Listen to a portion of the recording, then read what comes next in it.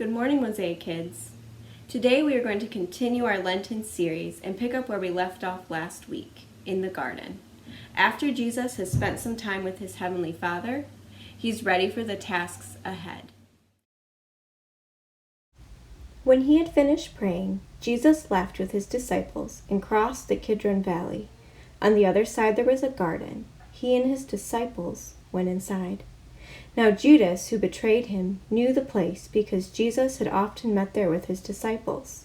So Judas came to the garden, guiding a detachment of soldiers and some officials from the chief priests and Pharisees. They were carrying torches, lanterns, and weapons. What a scary scene. A dark night in a secluded garden, men with weapons and fire coming to arrest Jesus. Let's keep reading. Jesus, knowing all that was going to happen to him, went out and asked them, "Who is it that you want?" "Jesus of Nazareth," they replied. "I am he," Jesus said. When Jesus said, "I am he," they drew back and fell to the ground. Can you believe those guys fell over? At the power of Jesus' voice as he stands up to the mob, he shows us that he is in charge with the simple, powerful phrase, I am. I am is a name for God. It's the name God used in the burning bush when he talked to Moses. And it's the name that Jesus claims here. What does I am mean? It means God is real, that he always has been and he always will be. He is eternal. He has always existed. It means he is powerful and created everything.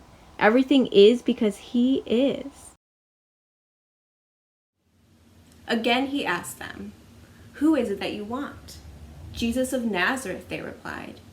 Jesus answered, "I told you that I am he. If you are looking for me, then let these men go." This happened so that the words he had spoken would be fulfilled. I have not lost one of those you gave me.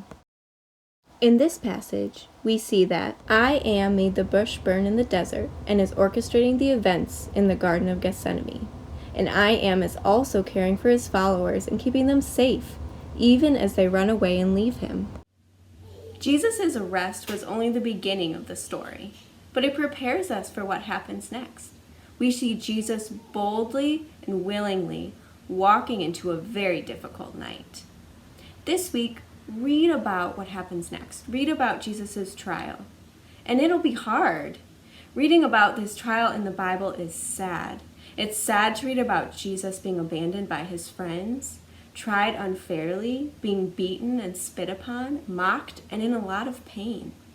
But when you read, remember the story from the garden. Remember that Jesus took on this pain as part of his plan. What an amazing God we have, that he would choose to leave heaven and choose hardship in order to rescue us.